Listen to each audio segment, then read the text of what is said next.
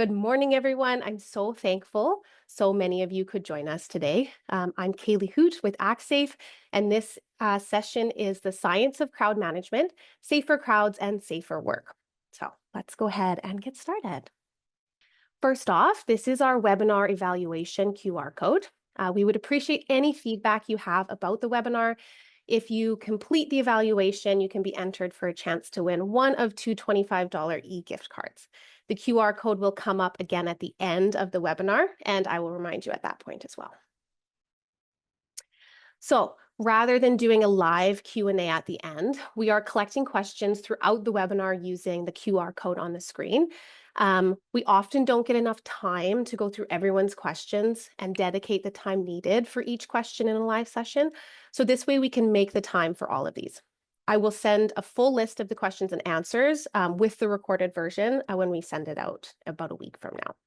You can submit your question anytime during the session using this code. If you do not have access to the code or you're on your phone watching, throw your questions into the chat and we'll add them to that list. If you do want us to reply, just add your phone number, or not your phone number, sorry, your email and your name. So we have some contact information for you. And this QR code will pop up again at the end as well. So ActSafe Safety Association would like to acknowledge and honor that our workplaces, classrooms are located on the traditional, ancestral, and unceded territories of the Kikite, Chitolo, Hilkamemum, Tsleil-Waututh, Musqueam, and Chemamis peoples. And at the bottom there, Native-Land is a wonderful website, and it shows you kind of how all the territories intersect in the area, so have a look. This session will be approximately 60 minutes. All participants are going to be muted for the session. Like we said, if you have questions, use that QR code or pop it into the chat. A recording of the webinar will be available on our website, and a link will be emailed to you within a week of the webinar. And with that email will come kind of the list of questions and answers. For your convenience, the closed caption function is available for this webinar simply by clicking on Settings, then the Accessibility tab, and under closed captionings, you can click the checkbox to enable it. And if you have any issues, please advise our team in the chat room. They are monitoring it there. So I will be your presenter for today. And again, my name is Kaylee Hoot, and I am an industry health and safety specialist with ActSafe. I've been working in safety within our industry for about 6 years now, working across film and television and live events. I'm a registered Canadian safety technician, and I hold a diploma in advanced safety management. I also have a level 5 award in crowd safety management from our UK-based friends at the Square Meter Group. So a bit about ActSafe. ActSafe Safety Association is a not-for-profit health and safety association supporting British Columbia's arts and entertainment industry. For over 25 years, ActSafe has collaborated with associations, unions, and government agencies to proudly support over 3,000 employers and about 60,000 workers. We're always here to provide information relevant to best practices around health and safety and the arts and entertainment in British Columbia. Now, our vision here at ActSafe is that British Columbia is the safest and healthiest arts and entertainment workplace in the world. And our mission is to prevent and eliminate workplace injury, illness, and death by providing world-class occupational health, safety, and well-being programs to employers, supervisors, workers in the BC arts and entertainment industry. Some of our core values: safety, education, accessibility, collaboration, and innovation. Now, just before we get into the content, I want to set a quick expectation for today's session. Now, this webinar is for understanding and awareness purposes only, and it does not provide certifications or qualify anyone to act as a crowd manager or an event manager or any other title. So today is really about giving you a foundational lens to better understand crowds and the risks associated with them, not about assigning titles or roles. Having said that, these are some of our learning objectives for our webinar today. So at the end of the webinar, we'll be aware of how to explain the role of crowd management in protecting both workers and public safety, identifying key factors in crowd psychology that influence movement, decision-making, and risk, recognize common crowd-related hazards and early warning signs of escalating risk, identify basic planning, communication, and site design strategies to support safe crowd flows and safer event outcomes. Some of the discussion topics we're going to talk about today are crowd-related risks. what is crowd management, the psychology and behavior of crowds, areas that crowd management applies to, tools for applying predictive planning, and then we'll look at how the system only works when the people within it understand it. So let's start off with crowd-related risks. What kind of risks large groups of people can present? So what is a crowd, right? When we talk about a crowd, we're not just talking about a large number of people. A crowd forms when people share space in a way that links their movements, their behavior, and their safety to the people that's around them. Now, there's no fixed number where we suddenly say this is a crowd, right? It doesn't need to be 100,000 plus people at an event to create a risk. A small group can function as a crowd if the space is constrained. While a much larger group of people in an open area may not create the same conditions or risks. So, a crowd is really about that shared space and that shared influence.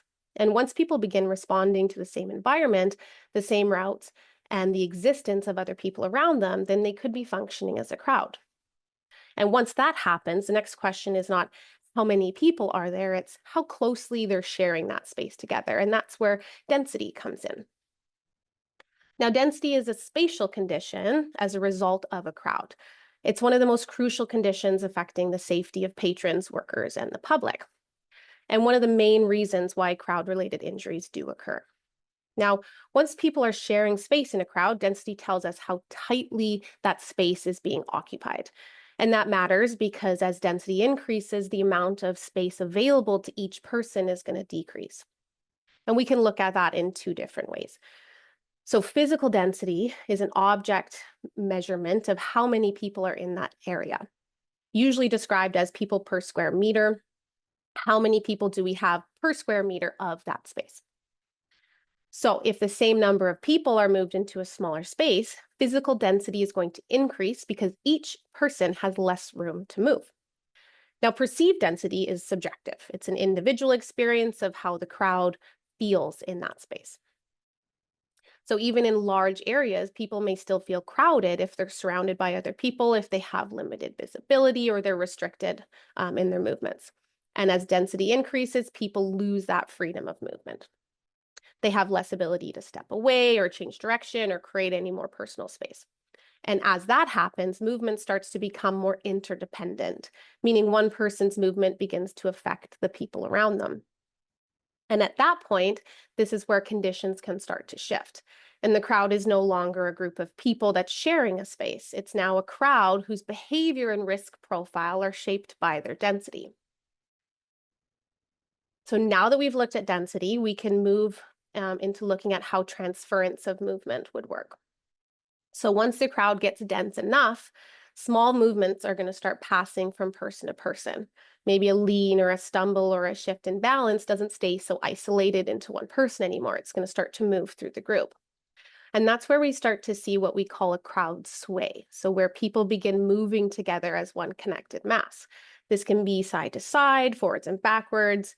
What we see is kind of like a circulating movement. Kind of looks like the ocean. Now, if that movement becomes heavy in one direction, we would see it visually as a push or a wave kind of across the crowd. And that would be a crowd surge. And it's just that sudden one-directional movement through the crowd. And it's usually caused by something that sets people in motion from one end to the other.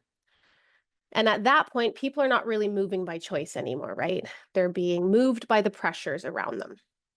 So once density turns into this connected crowd movement, the next question is what happens when that pressure from that movement and momentum just can't be relieved?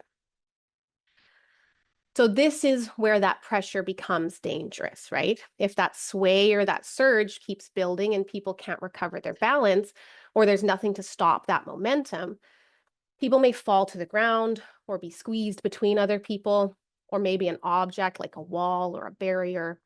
And if someone falls in a dense crowd, it's going to create a gap or a void in that mass. And that gap takes away that counter support that was keeping everyone else upright. So potentially, more people are going to fall into that space as pressure keeps building up around them. And when that fall starts spreading through the crowd, that's what we call a progressive crowd collapse. And as that collapse continues, the pressure starts concentrating on people who are down on the ground, maybe people who are around them, or again, anyone trapped against a barrier or a fixed object. And this is where we see crush conditions start to develop. And a crowd crush doesn't have to mean, again, that someone's fallen on the ground, right? It can also happen, like we said, when people are standing still if the pressure around them becomes intense enough. And when that pressure stays on the chest and the abdomen for too long, people can't properly expand their lungs to breathe. And this is what we call compressive asphyxiation. And it's this external pressure on the body that stops normal breathing. And it's one of the reasons why people do die in serious crowd accidents. And while we often picture that happening in a very large crowd, maybe we envision people, pushing to the front of the stage. Crush conditions can also develop in a smaller space if the density gets high enough. And it's really about the amount of pressure building in that space that matters.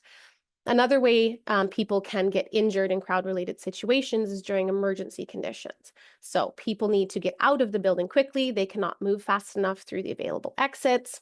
That flow of people is slowed or stopped for whatever reason. Congestion's going to build, maybe in the doorway, in the corridor, or any other bottleneck. And that can leave people trapped in that space. And where they may be injured by the emergency itself or by the pressure or compression created as more people continue to push and try and get out. So it's not just about these huge events that get people injured. It can really happen in any space that groups of people gather. So we understand how density can result in compression and injuries, and I think a visual is the best way to kind of see the effects of this. Now, this video, you will see the crowd swaying, kind of like that ocean movement we're talking about, and I'll play it twice so we can get a good visual of it. And then you'll see kind of a push or a surge from the right side of the screen moving to the left. And it's going to result in what we call a crowd collapse right at the front of the stage. So I'll play the first bit of it here. Let me restart it. So we can see this kind of swirling in the crowd. And then we'll watch. There's that wave that comes through. And it comes down to the bottom of the screen there. And we start to see people kind of falling right in this area. Now I'll play it one more time so we can get a good visual of it.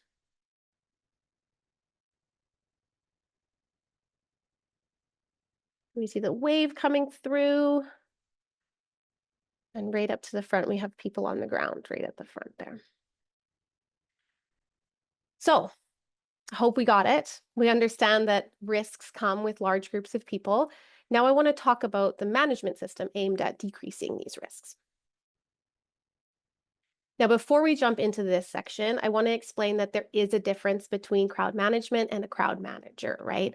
A crowd manager is a defined professional role, while a crowd management is the broader system that we should be considering at events where people are gathered. Now, some venues do not have the funding to hire experienced person to play the role of a crowd manager, and that's totally okay.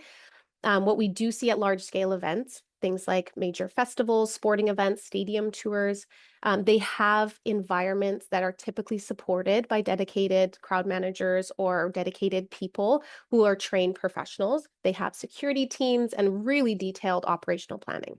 So again, today's really about giving you that foundational lens of what this potentially could look like in your space. So what is crowd management? Crowd management is the planned and proactive process of designing, informing, and managing the environments and the systems in which people gather, with the objective of reducing foreseeable risk to life and well-being. What we're really doing here is anticipating how people will interact with the space. We look at how crowds will move through the environment during normal conditions and emergency settings. And once we understand those patterns, we can apply a structured control across the event or the venue. This includes how the space is designed, how information is communicated to attendees, and how operations are managed by staff. Those controls need to support, again, both normal conditions and emergency conditions. In other words, the environment should work well in every setting.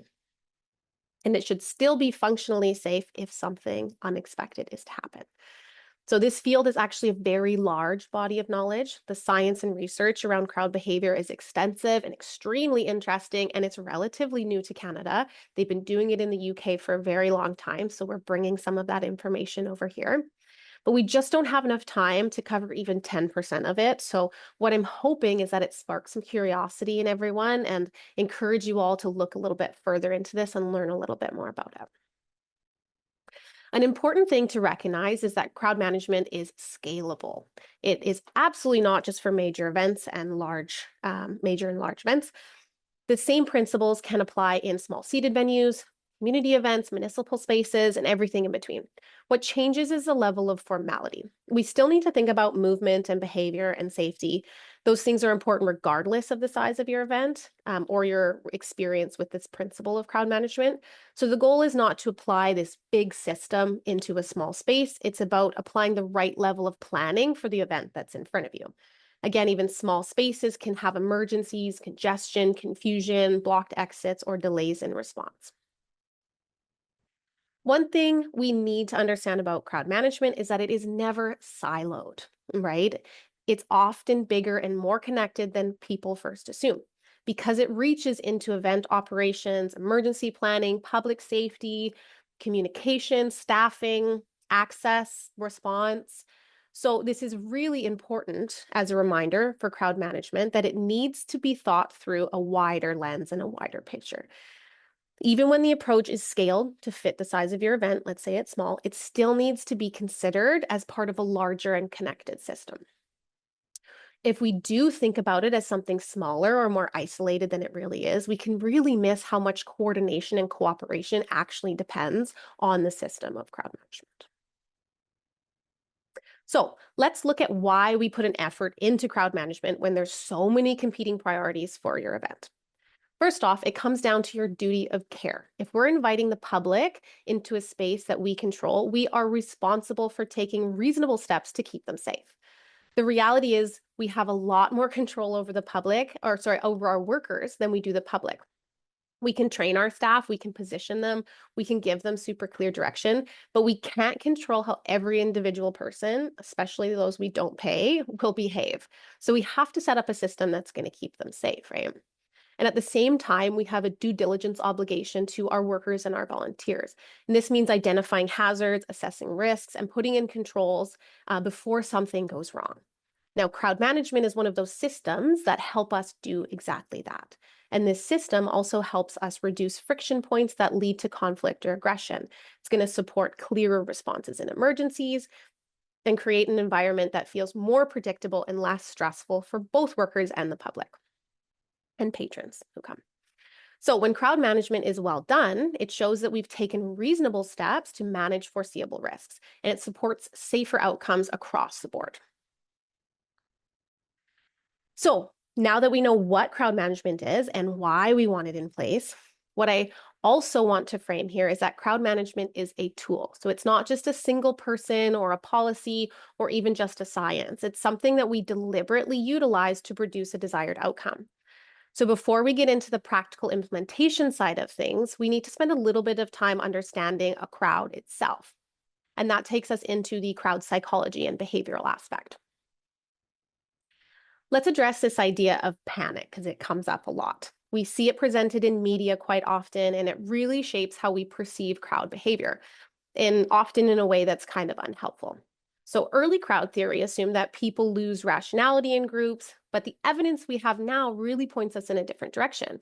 In most emergencies, people are actually responding pretty rationally to the situation in front of them. They cooperate much more than they panic or than they are causing chaos.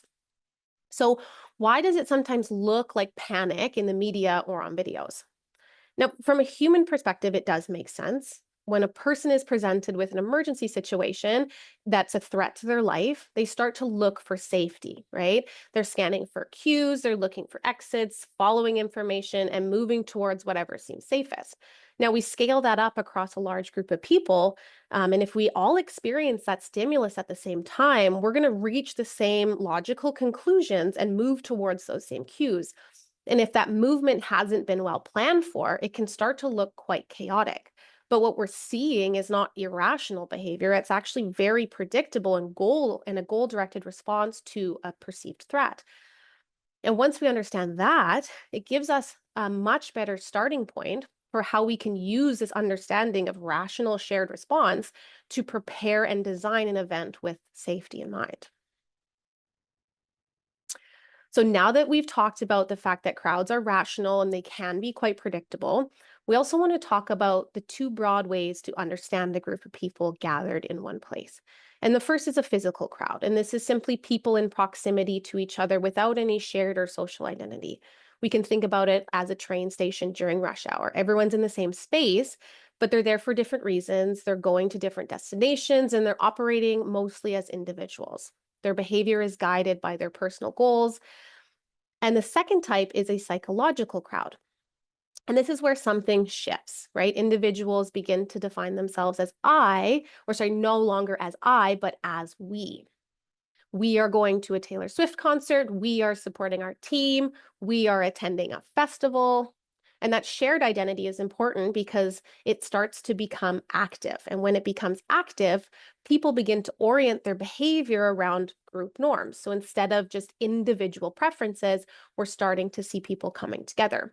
They're going to look to each other for cues. They're going to possibly move together. They often cooperate with each other. So as we just talked about, people don't lose themselves in a crowd. What often happens is we have this identity shift from me to us. And the reason that distinction really matters is because that shared identity changes how people tend to behave. So when you're managing a psychological crowd, you're not managing thousands of separate individuals. You're working with a social system, and that system has values and expectations and emotional direction. So your role is not to manage bodies and space, it's to shape conditions, communication, and the environment so that this social structure has something to sit in. When we understand who the crowd believes they are, what the norms they share, and what emotional tone defines the event, we can really have a better chance of anticipating likely behavioral patterns.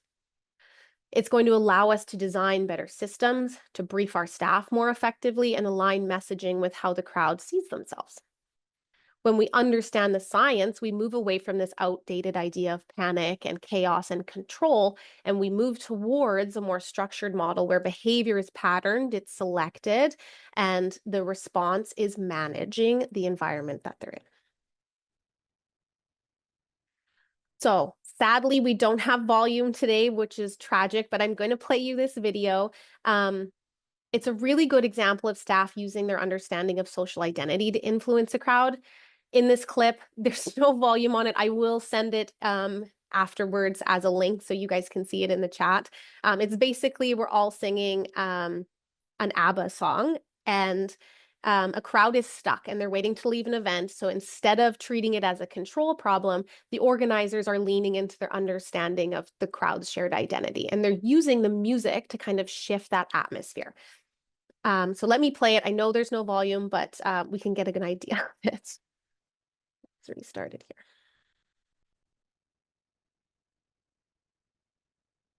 Sadly, I can hear it on my end. Very good song.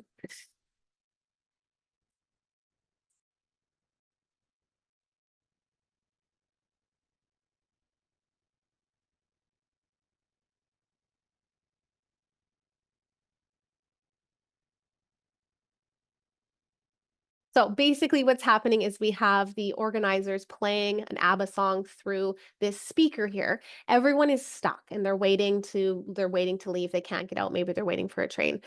So they're playing music and the group of people are singing the music together as a crowd. And you can see people are smiling. They're all waiting, but they're smiling and they're having a good time. And they're using that concept of social identity. And we can see that the managers are not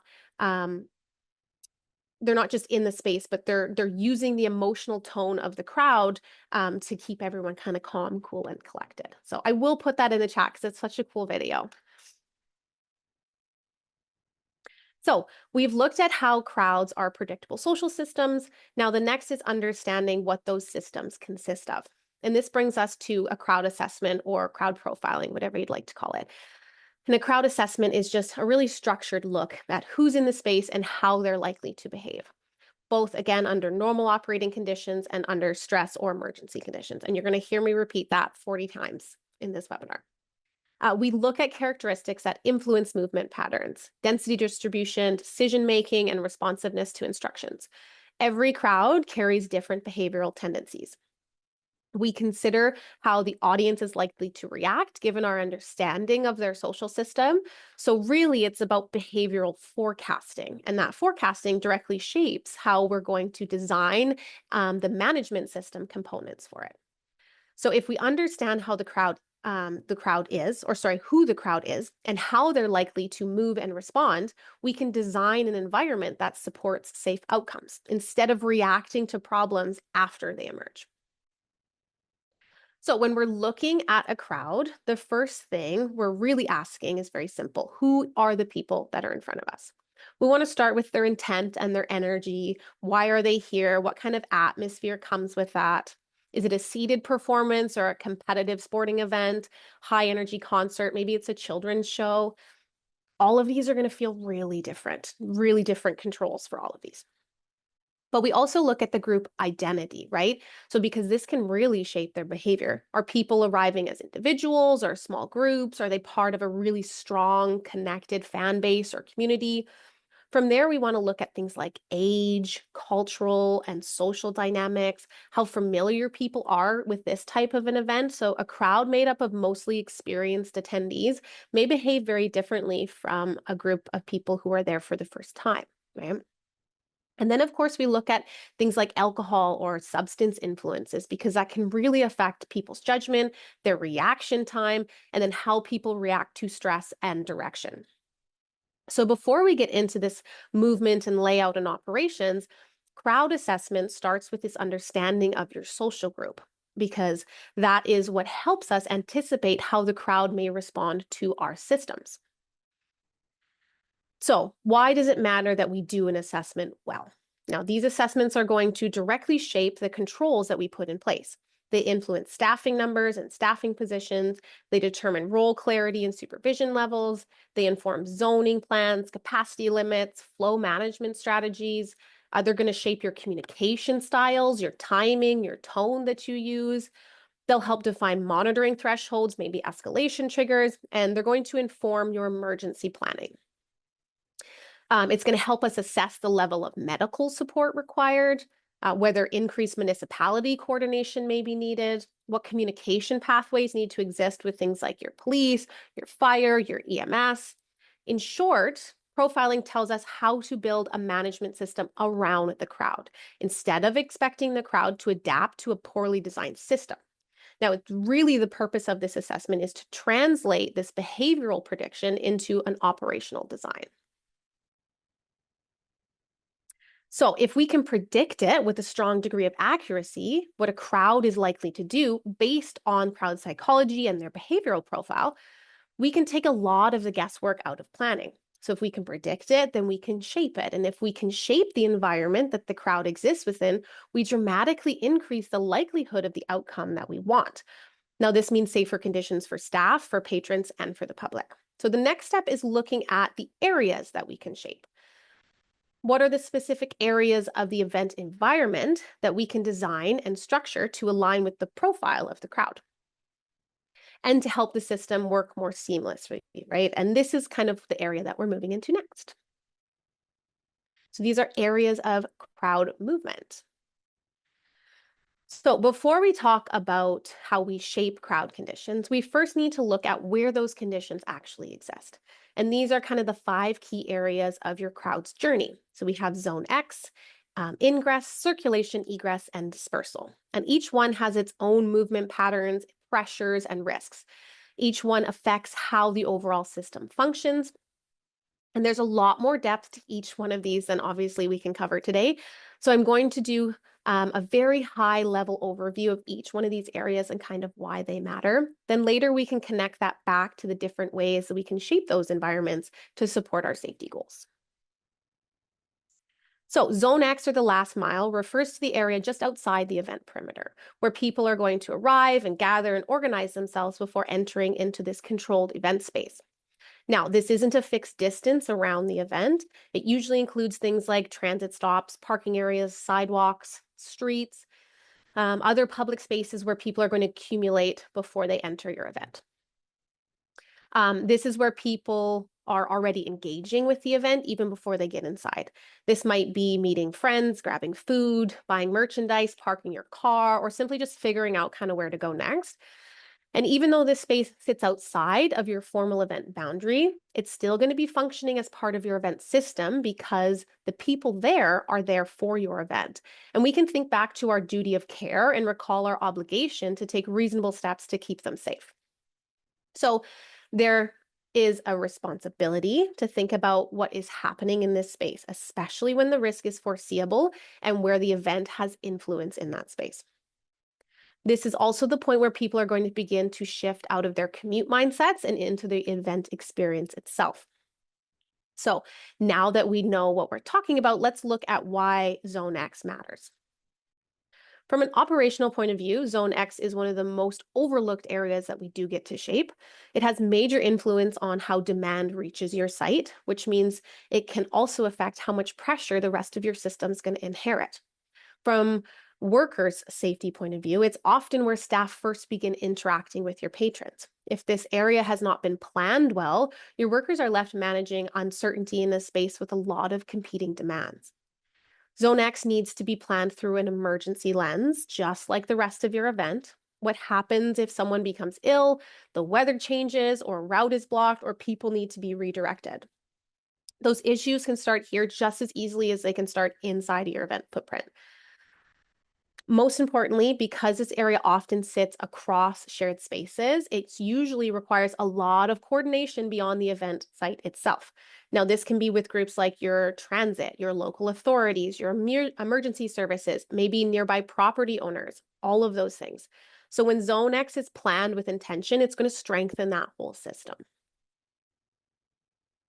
So ingress is the point where the event begins to actively take control of movement. Up until this stage, people have been arriving and moving freely. In ingress, that movement becomes more structured. This is a space leading up and through the gates, where you see queues, stanchions, turnstiles, ticket scanning, bag checks, security, screening, along with all your staff guiding and supporting that process. From a patron's perspective, this is where the experience becomes more formal, right? People are shifting from navigating freely into following a clear process. And that process needs to feel very intuitive so that people can move through it without hesitation. From a management perspective, this is where flow is actively shaped. You're setting the pace of entry, you're defining how the space is used, and you're managing how people are moving through the system over time. And this matters because ingress affects everything downstream. It can be one of the most active operational areas for your workers. So when ingress is well designed, your work becomes more structured, more manageable, and more supported. And ultimately, what you're aiming for is a simple, continuous controlled movement of people into your event space. Now, circulation is how people move within the event once they've entered. Shared, this area is sharing, or people are sharing this area to get from one place to another throughout your event.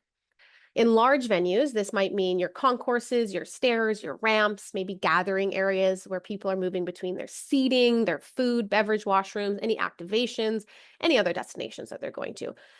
In a smaller venue, this might just be people moving between tables, heading to the bar, lining up for the washroom, or simply shifting around within the one room. Now, patrons, they're circulating, and this is part of the experience of this space. So they're moving around, they're experiencing the space. They're navigating, they're exploring, and they're interacting all at the same time. So circulation works well when it feels really natural. From a management perspective, circulation is about how that movement is going to be distributed across your site. You're looking for where people go, where they gather, and how different areas connect to each other. Some spaces will attract more people than others, so part of managing circulation is shaping the environment to support more even movement through it. Now, your workers are managing, monitoring, and responding to all of these same spaces. So we want to keep these areas easy to navigate, easy to observe, and easy to manage. Ultimately, the goal with this space is that movement feels really balanced and supported by the environment and the design that's well done. Now, egress is how people move out of an event once they are leaving. This is going to include your routes, your pathways, your exits, any external connections that people use to move away from the site and back into the surrounding environment. From a patron's perspective, this is about leaving safely and efficiently. And at this stage, people are really focused on just getting out. You may see more urgency, more kind of follow the crowd behavior, and more people heading towards the same familiar routes that they used to get in. From a management perspective, egress is about how movement is released and distributed. Large numbers of people may be leaving all at once, so especially at the end of an event. So the focus is on clear routes, enough capacity, and some continuous movement away from your site. Now, it's not just about opening all of your exits. It's really about thinking about how those exits connect back to the space beyond them and whether people can keep moving once they leave. Staff are often guiding people, monitoring conditions, and responding to congestion or competing flows. So when egress has not been planned well, that pressure does really land on them quickly. Now, dispersal is what happens after egress.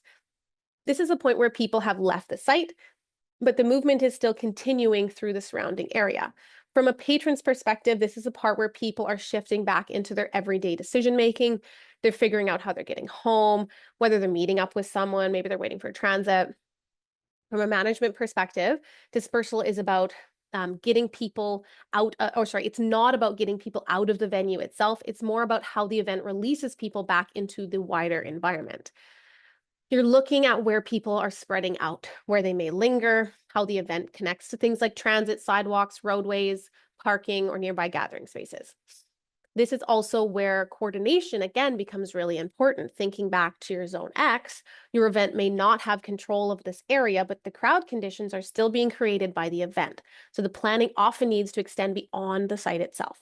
So ultimately, the goal here in dispersal is to support a smooth handoff from the event back into the surrounding environment. So to keep it really simple and clear, egress is getting people out, and dispersal is what happens after they're out.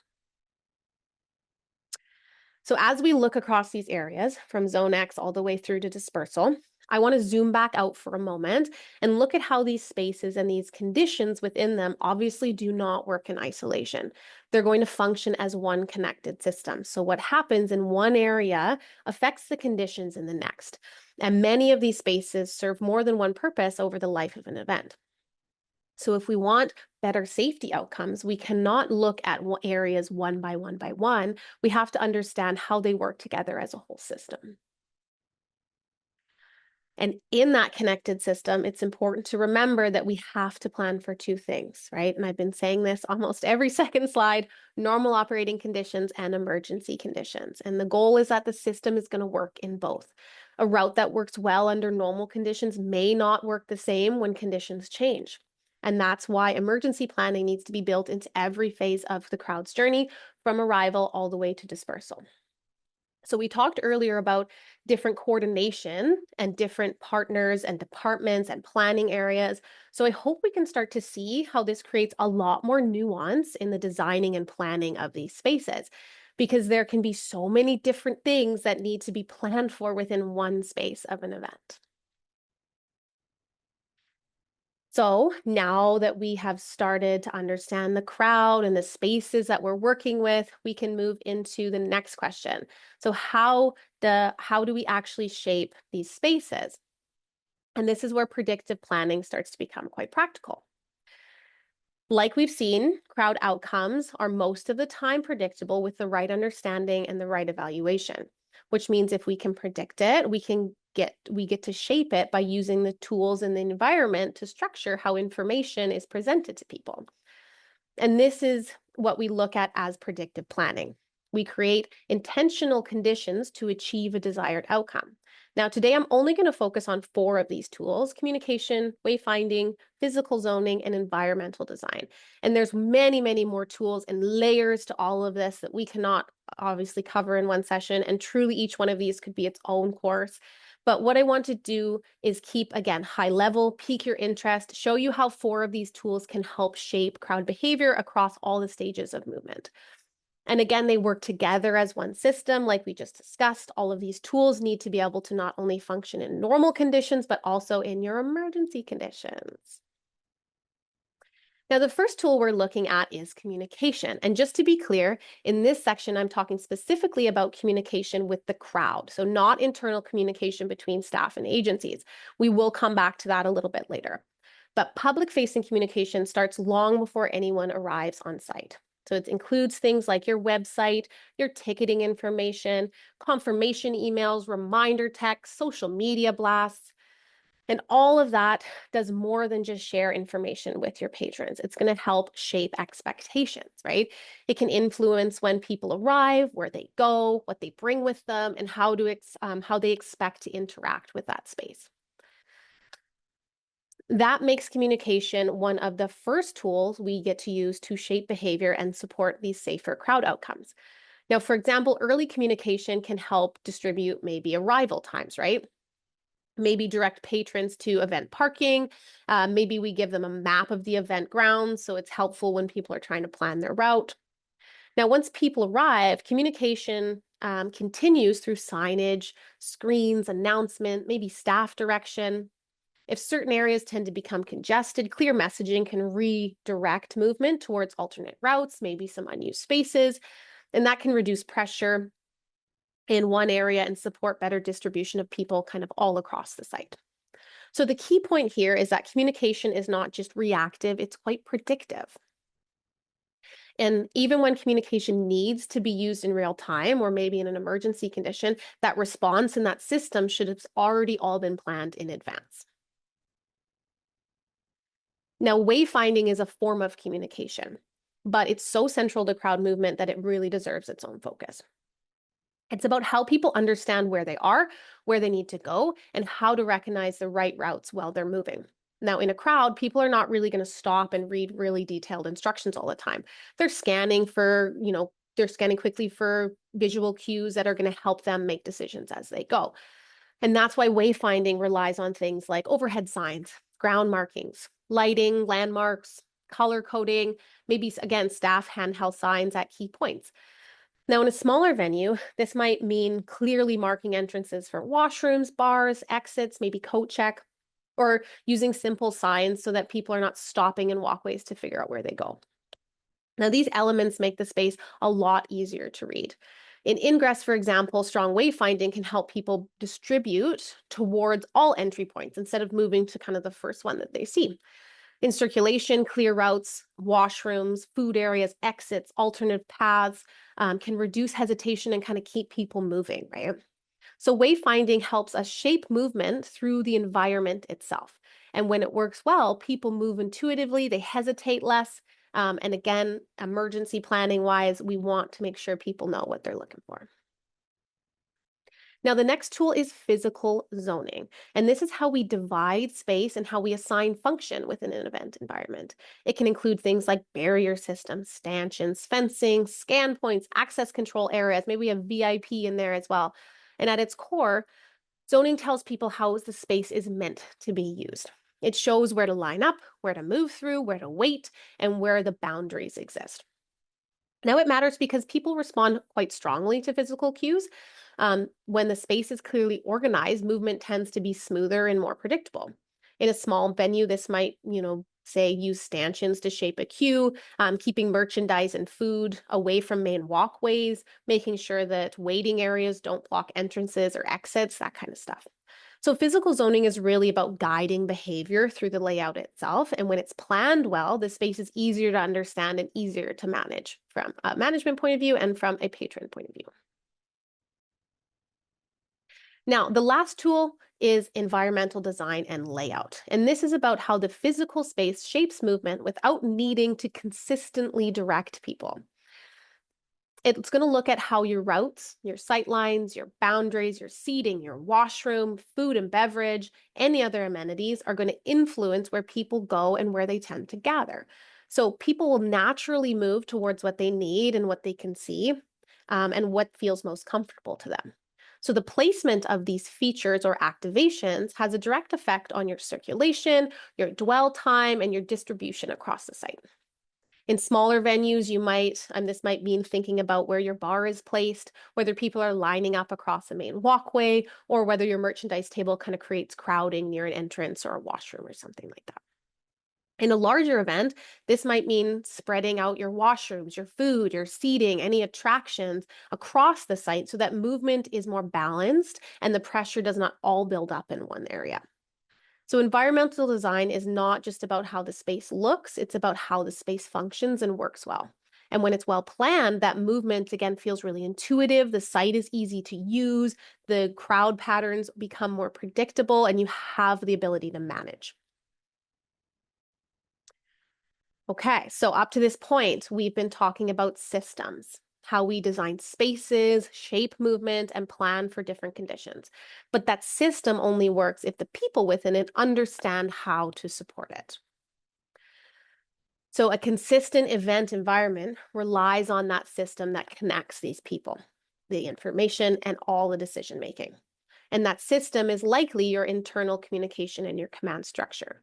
And at its core, it's about a defined communication channels, your tools, clear roles of authority, and a structured flow of information across your team. Now, your frontline staff are often the first to notice what's happening in real time, and that information needs to somehow move up through a very clear reporting structure so that it can be interpreted and then acted upon. And that direction also needs to move all the way back down. So staff know what is changing, what to do, and then how to respond to that consistently. Now, that flow can be supported in a few different ways.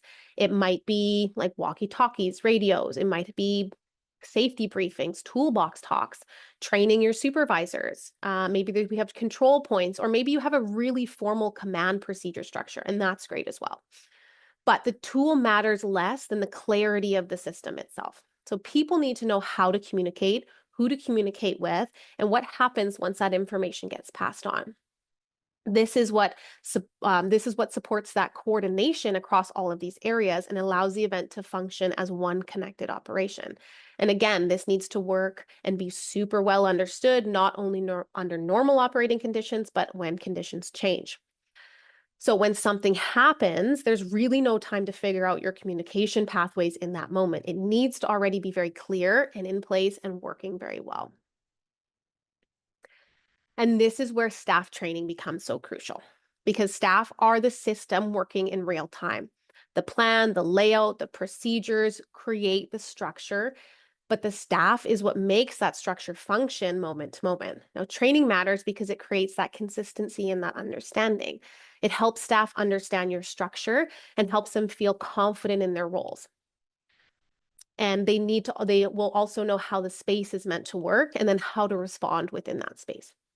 Your staff are your boots on the ground, and their ability to recognize signs early has a direct effect on how well that overall event is going to function. So training also reinforces your communication. This is going to tell us that, it's going to help your staff know who to report to, what to report, how to respond consistently when they're given direction that comes back down to them. The training is what helps the system hold under pressure, and that ability to function under pressure makes all the difference when it comes to your safety outcomes.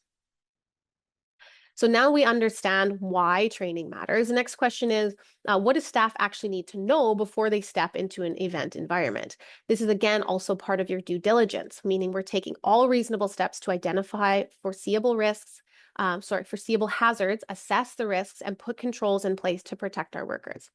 If people are expected to work in and around crowds, then training is one of these controls. They need to understand the event, the site, and the overall strategy. So what kind of crowd is expected, how the space is going to be laid out, how people are meant to move through it. They need to understand your chosen communication and your command structure. So what tools are being used, who they're reporting it to, when they need to escalate something, and then what to do if that happens. On top of that, staff needs some basic behavioral awareness. By no means do they need to be crowd science experts, but they need and should be able to recognize early signs that conditions are changing and something needs to be done. And finally, they need to know how to respond, how to guide people, provide direction, and carry out their roles in an emergency. Most importantly, they need to understand the limits of that role. That means knowing what's within their training and what is not. The goal is to give people enough understanding to work confidently, to stay within the scope of their role, and to support the site as intended and respond appropriately when conditions evolve. So to close out, everything we just talked about today comes back to this one core idea. Crowd management is a system that we get to design. Crowds are predictable when we understand their behavior, their movement, and their density. That means that the risks that we see in crowd environments can be foreseeable. And if they're foreseeable, then they can be planned for. So ultimately, if we can predict it, we can shape it. And if we can shape it, we create these safer conditions for workers, patrons, and the public. Okay, so we are creating some really helpful resources that are coming your way. So keep your eyes out for those. We've got some for your Zone X, some crowd behavioral assessment tools, safety briefings for your workers and supervisors, and kind of a companion guide to go with that, some risk assessment resources, volunteer resources. And if there's anything else that you guys want to see built out, please throw it in the chat. Contact us, let us know if you want to be involved in building these resources. The more help, the better. We love including industry. We also are going to link on our website all relevant outside resources as well. So there's tons of good resources out there and information. So those will be available on our website. We do have an upcoming opportunity for those who are looking to advance their expertise in crowd safety. So ActSafe will be hosting an in-person introduction to crowd science level 3. This is a workshop with Kevin Kennedy. That's very exciting. It's going to be in Burnaby on May 5th. It's a full-day trainer-led program focused on crowd behavior, planning methodologies, risk assessment practices that are used all across our industry. So keep a lookout for those. Next step, there will be a recording of the webinar, and then a list of the resources as they come out will be sent to you as well. So we often don't have enough time to get through everyone's questions in a live session. So this is our way to make sure that we can respond to all of them. So scan the QR code, throw it in the chat. I'll answer some of the common ones that I get. And then with the email at the end or by next week, we'll also provide a list of all the questions that other people ask so you can have those answers to those as well. So the most common question I get asked is, how do we implement some form of crowd management with little to no funds and being a smaller event or a venue?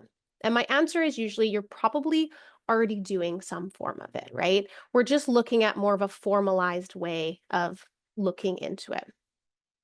And having some is better than none. So you can start by looking at your event or your system as a whole and see where small things need to be changed or implemented. Now, some people will argue that you need years of formalized training and experience to do it at all. And that may be so true for large-scale events that have the funding and the resources and the time. But for those of us who do not, it's okay to just start somewhere and start trying and start asking questions. You know your event, you probably know your event the best, and you know your venue the best. So you're kind of the person that would be at the front of that. If you do need more experienced help, I encourage you to reach out to those who do have a lot of training and experience in this field. They're always really helpful. And I say that learning and growing are all part of this process. There is no singular route to safety, and there's no singular route to crowd management.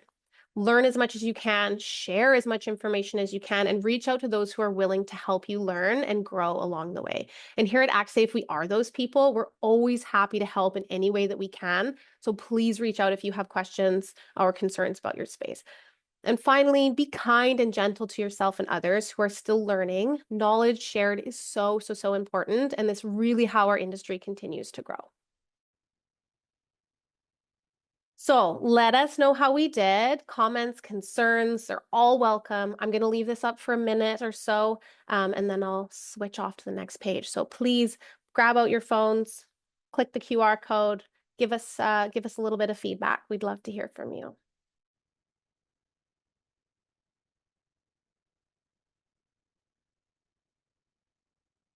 Again, I'm Kaylee Hoot. This is my information if you wanted to reach out to me personally. And then getting in touch. So this is the website you can reach us at, info@ActSafe. And let me just see if I have any time to run through this. What we'll also do is we have a copy of the chat, so we will go back through and ask all questions, all of these exciting things. Okay. So awesome. We are all done for today. Thank you everyone so much for coming and hanging out. We finished 5 minutes early, so I'll give you 5 minutes back in your day.